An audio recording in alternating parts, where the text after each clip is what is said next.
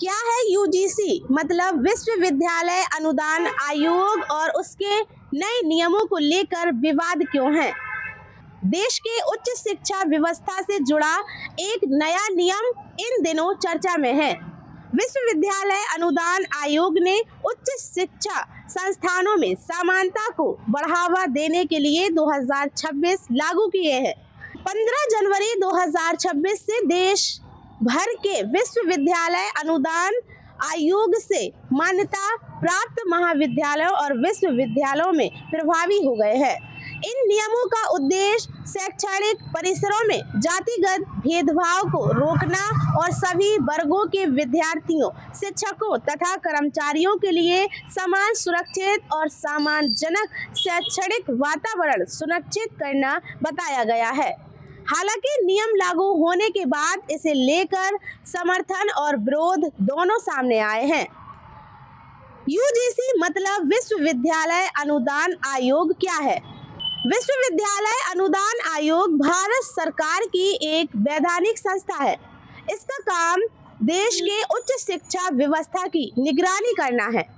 यह आयोग विश्वविद्यालय और महाविद्यालयों को मान्यता देता है, उन्हें वित्तीय सहायता प्रदान करता है और शिक्षा की गुणवत्ता, समानता तथा निष्पक्षता बनाए रखने के लिए नियम बनाता है।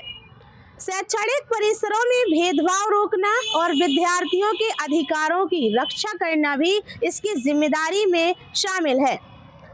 नए नियमों में क्या प्रावधान किए गए हैं? इन नियमों में पहली बार साफ तौर पर यह परिभाषित किया गया है कि जाति, धर्म, नस्ल, लिंग, जन्म स्थान या दिव्यांगता के आधार पर किया गया ऐसा कोई भी व्यवहार जो किसी व्यक्ति की गरिमा को ठेस पहुंचाया या सम्मान, शिक्षा के अधिकारों में बाधा बने, उसे जातिगत भेदभाव माना गया है। नए नियमों में अनुसूचित जाति और अनुसूचित जनजाति के साथ साथ अन्य पिछड़ा वर्ग को भी भेदभाव से सुरक्षित दायरे में शामिल किया गया। अब अन्य पिछड़ा वर्ग के विद्यार्थी, शिक्षक और कर्मचारी भी अपने साथ हुए भेदभाव की शिकायत दर्ज करा सकेंगे। प्रारंभिक मसौदे से झूठी शिकायत करने पर दंड का प्रावधान था। छात्र संगठनों और सामाजिक समूह की आपत्ति के बाद अंतिम नियमों से इस प्रावधान को हटा दिया गया। आयोग का कहना है कि इससे पीड़ित व्यक्ति बिना डर के शिकायत कर सकेंगे। नए नियमों के तहत सभी महाविद्यालयों और विश्वविद्यालयों में समानता समितियों का गठन अनिवार्य किया गया है। ये समिति जातिगत भेदभाव से जुड़ी शिकायतों की सुनवाई करेगी और कार्यवाही के अनुशंसा करेगी। नए नियम लाने की वजह क्या है? यूनिवर्सिटी में पढ़ने वाले छात्र तेलंगाना में रोहित वेमुला 2016 और महाराष्ट्र में पायल तांडवी 2019 की आत्महत्या के मामले के बाद उच्च शिक्षा संस्थानों में जातिगत भेदभाव का मुद्दा प्रमुखता से उठा। इस मामले को लेकर वर्ष 2019 में उच्चतम न्यायालय में याचिका दायर की गई। जनवरी 2025 में उच्चतम न्यायालय ने विश्वविद्यालय अनुदान आयोग को ऐसे मामलों का विवरण एकत्रित करने और ठोस नियम बनाने के निर्देश दिए। इसके बाद फरवरी 2025 में नियमों का मसौदा जारी किया गया और जनवरी 2026 में अंतिम रूप से नियम लागू किए गए। अब बात करते हैं कि नियमों को लेकर आपत्ति क्यों जताई जा रही है।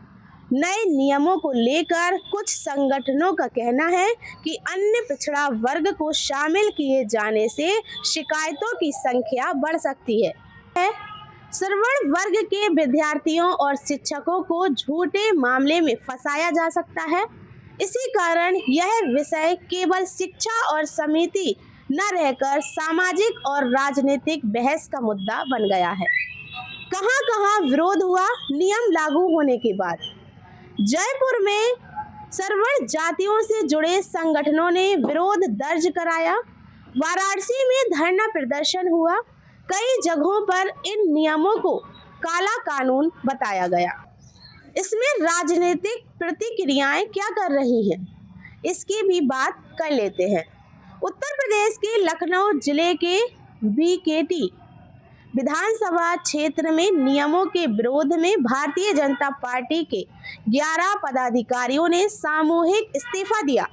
इस्तीफा देने वालों का कहना है कि इन नियमों से विद्यार्थियों के भविष्य पर प्रतिकूल प्रभाव पड़ेगा। सामाजिक माध्यमों पर इन नियम को लेकर दो तरह की प्रतिक्रियाएं सामने आ रही हैं। कुछ लोग इसे सर्वर समाज के खिलाफ बताया जा रहा नियम मानते हैं, तो वहीं कुछ लोग इसे शैक्षणिक परिसर में समानता और सम्मान की दिशा में जरूरी कदम मानते हैं। विश्वविद्यालय अनुदान आयोग के अनुसार वर्ष 2019 और 20 में जातिगत भेदभाव से जुड़ी 173 शिकायतें दर्ज हुई। साल 2023 और 24 में यह संख्या बढ़कर 378 हो गई। बीते 5 वर्षों में ऐसी शिकायतों में लगभग 118% की वृद्धि दर्ज की गई। आयोग का कहना है कि इन्हीं आंकड़ों के आधार पर नए नियम लाना आवश्यक समझा गया।